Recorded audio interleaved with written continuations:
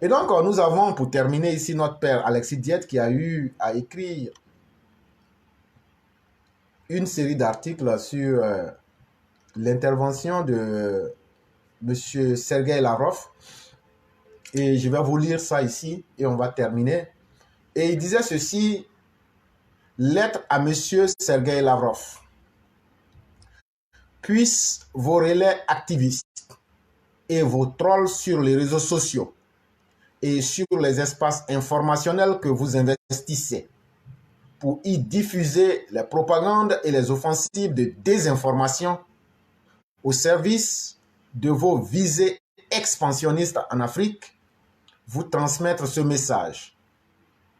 Il devrait pouvoir vous renseigner sur la profondeur des illusions du régime du Kremlin quant à la réalité du terrain d'un continent africain dont vous ignorez les évolutions et les dynamiques profondes. Les élites, entre guillemets, locales, stipendiées, qui servent de relais à l'expansionnisme impérialiste et néocolonial du régime de M. Vladimir Poutine en Afrique, dans sa concurrence avec l'Occident, ne sont guère représentatifs du continent. Les peuples d'Afrique noire et les élites les plus représentatives du continent, qui ne sont pas vos interlocuteurs, voient dans le régime autocratique et guerrier russe et un anti-modèle et un repoussoir absolu. La réalité du terrain est que les peuples africains sont depuis près d'un quart de siècle à l'image des Polonais, des Ukrainiens, des Tchèques, des Slovaques, des Roumains, des Baltes, l'expérience de la liberté politique, à la différence du peuple multi-ethnique russe, qui ne connut successivement en son histoire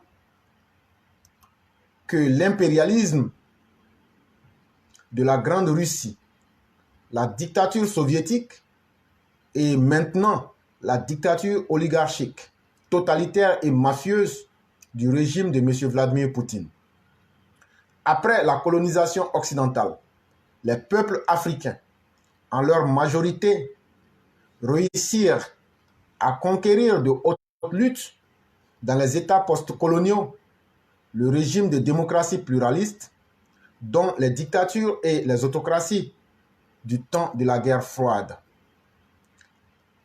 Ils expérimentent depuis lors, notamment en Côte d'Ivoire, ce bien politique absolu en grand caractère, consistant pour un peuple à pouvoir choisir librement ses dirigeants, à les contrôler et à les destituer quand ces derniers se révèlent incapables de respecter leurs droits fondamentaux, de remplir leurs promesses électorales, de répondre à leurs demandes sociales. Ces peuples africains qui font l'expérience de la démocratie pluraliste entendent ne pas se laisser désapproprier par quiconque de ce régime de liberté en grand caractère. Ils sont décidés à le renforcer et à le perfectionner au fil du temps.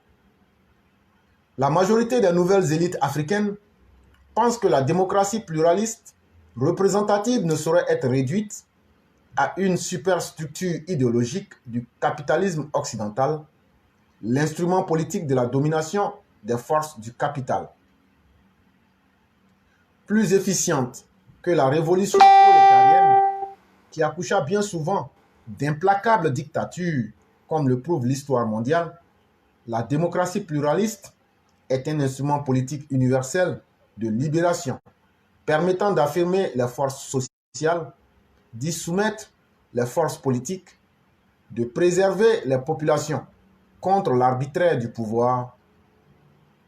Vous vous trompez sur toute la ligne à propos des peuples africains et de leurs élites que vous croyez dénués de capacité de jugement, d'esprit critique et de conscience de liberté.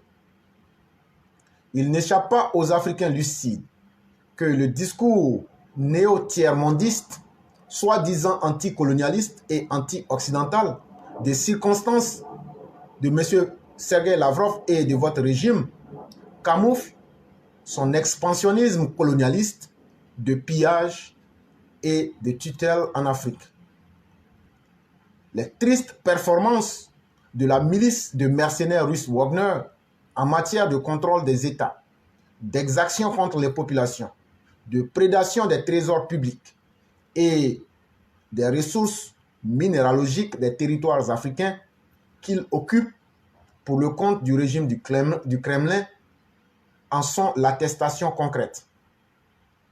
Loin d'intervenir de manière altruiste en Afrique pour libérer les Africains d'un soi-disant néocolonialisme occidental, le régime russe, dont vous êtes le ministre des Affaires étrangères, tente en réalité d'évincer en Afrique ses ennemis et concurrents occidentaux dans une vision obsolète de reconquête, de précaré et de chasse gardée. La démagogie tiers-mondiste et anticolonialiste de M. Sergueï Lavrov en Afrique, le camouflage d'un aventurisme impérialiste et néocolonialiste. Permettez-moi donc, M. Sergueï Lavrov, dans cette seconde partie de ma lettre, de commencer par l'une de vos contradictions internes. Ces contradictions de fond semblent invalider le discours néocolonialiste et tiers-mondiste, soi-disant anticolonialiste et anti-impérialiste. Partant du principe qu'il faut régler les problèmes africains avec des solutions africaines en grand caractère, vous dites, apporter votre soutien au règlement des problèmes sur le continent africain entre guillemets. D'où cette question de fond.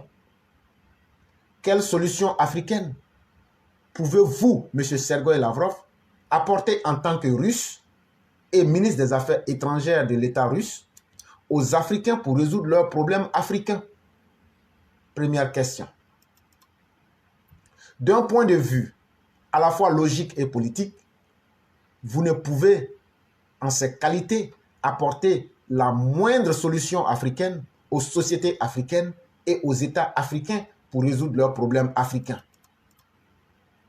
Aux sociétés africaines et aux États africains, vous apportez un package de solutions politiques russes aux problèmes russes d'expansion géopolitique et géostratégique du régime du Kremlin, dont vous êtes le ministre des Affaires étrangères. Avec la complicité active d'une minorité d'élites locales stipendiées, la Centrafrique, le Mali, le Burkina Faso sont en voie de vassalisation dans une logique régressiste de retour au précaré de la guerre froide qui constitue la ligne directrice de la politique étrangère belliciste et guerrière du Kremlin de M. Vladimir Poutine.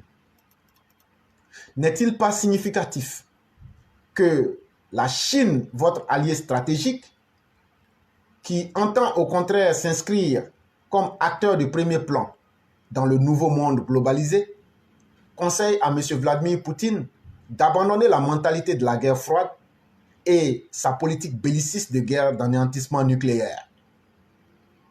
Comment voulez-vous aider les Africains à se libérer du soi-disant néocolonialisme français, entre guillemets, et du soi-disant impérialisme américain, entre guillemets, avec un package de solutions, entre guillemets, impérialistes destinées à aliéner la souveraineté des États africains aux visées géostratégiques du Kremlin? Vous voulez en réalité recréer à nouveau un monde bipolaire à l'avantage d'un nouvel État impérial russe en esclavagisant, en vassalisant les pays africains.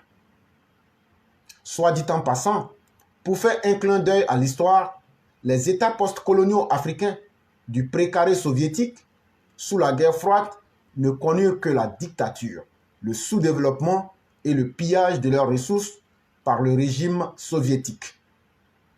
À l'instar des universités occidentales, l'université Patrice Lumumba de Moscou fut un lieu d'acculturation, planifié des nouvelles élites de l'Afrique postcoloniale. Elle forma des apparatchiks et des idéologues qui constituèrent les dirigeants et les nomenclatures des dictatures régnant, le précaré soviétique du continent durant la guerre froide. En ces États, le rôle de ces élites, de ces nomenclatures et de ces idéologues fut de soviétiser les sociétés africaines, d'arrimer les États à Moscou. Ils installèrent à cet effet, à l'image du régime soviétique russe, un modèle étatique totalitaire, bloquèrent tout changement historique, monopolisèrent le pouvoir d'État sous un ethno-nationalisme et sous un anticolonialisme suranné d'opérette. Dans la continuité de ce projet, ils firent avorter l'expérience démocratique pluraliste. Ils se transformèrent en oligarques corrompus, en réinterprétant sous un ethno-nationalisme et un anticolonialisme opportuniste la démocratie comme oligarchie d'élite lignagère. En Afrique, l'État russe, depuis le régime soviétique de Khrouchtchev et de Brejnev jusqu'au régime oligarchique mafieux du clan Poutine, n'a poursuivi que ses intérêts particuliers et géostratégiques en concurrence avec l'Occident. De par votre fonction de ministre des Affaires étrangères de la Russie, vous défendez en Afrique, tous les Africains dotés d'un minimum de culture secondaire et universitaire le savent, les intérêts géostratégiques et géopolitiques de l'État russe. Vous n'intervenez pas en Afrique pour y défendre les intérêts souverains des États africains dont vous réussissez à transformer les dirigeants en obligés du régime de M. Vladimir Poutine et en relais serviles de l'expansionnisme de la Russie en Afrique subsaharienne. Les contradictions internes de votre rhétorique et votre offensive diplomatique en Afrique en révèlent la démagogie. Elles dévoilent la nature colonialiste d'un soutien entre guillemets qui n'est rien d'autre qu'un interventionnisme intrusif motivé par une volonté étatique de domination impérialiste. C'est un article qui est clair. Le voleur qui veut conseiller un autre voleur, ou quelqu'un qui est en tout cas un peu plus honnête que lui, ainsi pourrait-on résumer donc la posture de la Russie en Afrique. Mais les États qui n'ont pas une bonne connaissance du fonctionnement du monde et qui se laissent prendre à ce jeu-là, je crois que chacun peut choisir le destin qu'il veut s'offrir, mais les conséquences ne manqueront pas de frapper en plein visage. Et donc, mesdames et messieurs, c'était tout ce que nous pouvions faire aujourd'hui.